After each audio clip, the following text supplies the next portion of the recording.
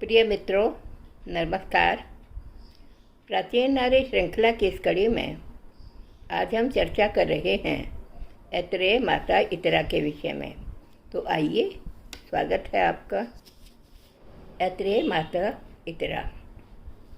इतरा मांडूकी की ऋषि, जिसकी गणना प्रसिद्ध ऋग्वेदी 86 श्रुतर्षियों में की जाती है, की पत्नी थी। मांडूकी ऋषि के नाम पर एक आचार्य समूह मांडुक्य नाम से जाना जाता है, जो ऋग्वेद के पाठ की एक विशेष शाखा का प्रणेता है।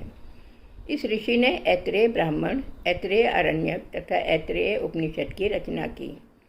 इनमें से ऐतरेय ब्राह्मण इतरा के पुत्र महिदास ऐतरेय की रचना है। संभवतः माता इतरा को अमरता प्रदान करने के लिए ऐतरेय नाम रखा गया हो। इस तथ्य को बहुत कम विद्वजन जानते हैं कि बाल्यकाल में ऐतरेय का नाम महिदास रखा गया था।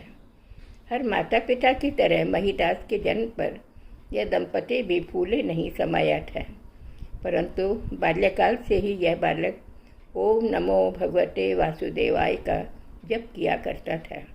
जप करते समय इसे न भूख लगती, न निद्रा अपने वश में करती और न ही इसे समय का आभास रहता। बुलाने पर भी यह न बोलता न सुनता। अध्ययन योग्य आयु हो जाने पर भी यह न अध्ययन करता। कभी तो माता इतरा को लगता कि निश्चय ही यह बालक गूंगा है। माता पिता दोनों ही प्रयास करते और अंत में एक दिन उसके पिता ने अपनी पत्नी इतरा से कह ही दिया कि तुम्हारा पुत्र तो जड़ बुद्धि है, परंतु माता तो माता ही होती है ना। ममता से भरी वह हर समय पुत्र की देखरेख में लगी रहती। धीरे धीरे पिता मांडुकी की पुत्र से विरक्ति हो गई।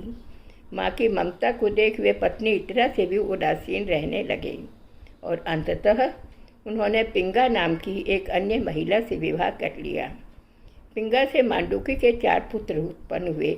वे सभी वेदांगों के विद्वान बने। महिदास प्रतिदिन तीनों समय मंदिर में जाकर उपर्युक्त द्वादशाक्षर मंत्र का जप करता। इतरा पति और पुत्र की उपेक्षा कब तक सहती थी। जब अपना पुत्र ही पराया सब हो जाए तो दूसरों से भला वह क्या अपेक्षा रखती। एक दिन माता इतरा महिदास से बोली, पुत्र, तुम टुकुर टुकुर इधर उधर क्या देखा करते हो? क्या तुम्हें ज्ञात नहीं कि तुम्हारी माँ तुम्हारे कारण कितना क्लेश उठा रही है? तुम्हारे कारण ही तुम्हारे पिता मुझे कठोर वचन कहते रहते हैं। लगता है मेरे भाग्य ही खोटे हैं। इसमें तुम्हारा भी कोई दोष नहीं है। पुत्र, तुम्हारे पिता के वचन मेरे हृदय को बांधते हैं। माता की बात महिदास सुनता रहा। फिर उसने अपनी माँ के चरणों में मस्तक नवाया और बोला, माँ, तुम इतनी ज्ञानवती हो, सुख दुख का मर्म भी समझती हो, फिर क्यों जगत के झूठे मोह में फंसी हो? आदि पुत्र कहता रहा। माँ विस्मित हो सुनती रही। उसने सोचा, अरे मैं धन्य हूँ, मेरा पुत्र तो दृढ़ निष्ठा वाला विद्वान है। संसार में जब इसकी ख्याति होगी तो हम पति पत्नी का महान यश फैलेगा। पुत्र महिदास भगवान के श्री चरणों में बैठ कीर्तन करता रहा। एक रात्रि माता इतरा को स्वप्न में अपना पुत्र महिदास दिखाई दिया। वह भगवान केशव का स्तवन कर रहा था। तभी विष्णु भगवान साक्षात वहाँ प्रकट हो गए। महिदास को स्तवन में लीन देखकर भगवान बोले, महिदास, आंखें खोलो पुत्र। महिदास की तंद्रा भंग हुई। सामने साक्षात अपने आराध्य को देखकर महिदास प्रभु के चरणों में दंडवत लिपट गया। भगवान ने पुनः कहा, पुत्र, यदि तुम्हें कोई आकांक्षा हो तो बताओ। तुम्हारी भक्ति से मैं अत्यंत प्रसन्न हूँ। महिदास के नेत्र अश्रुपूरित थे।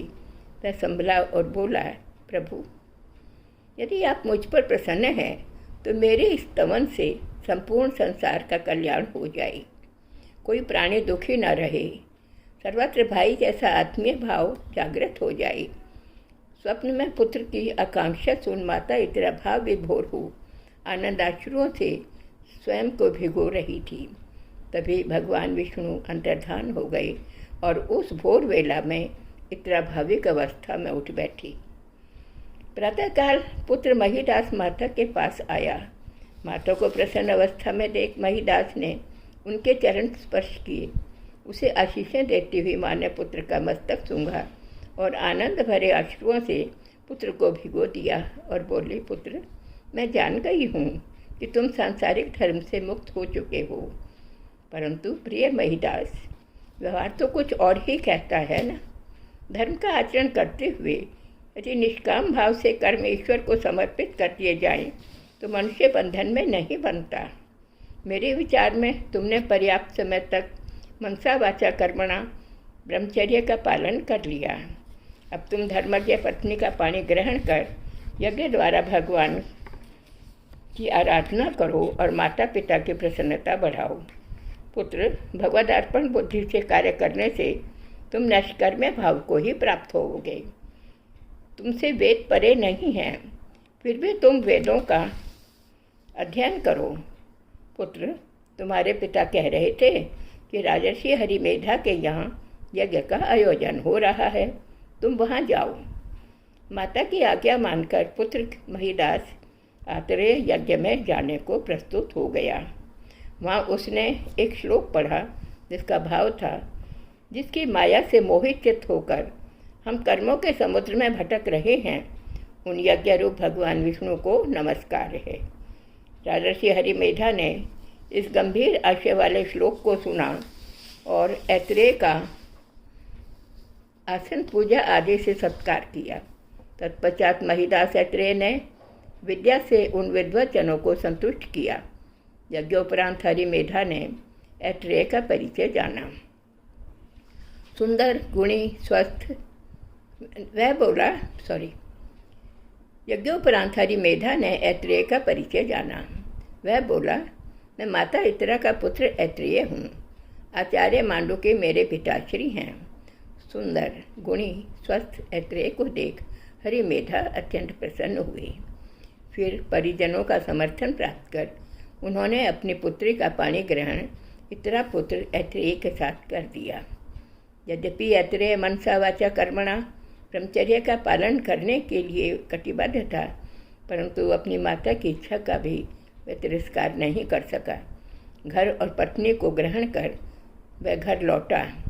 अपने माता पिता को आनंदित करने के लिए उसने संतान को जन्म दिया।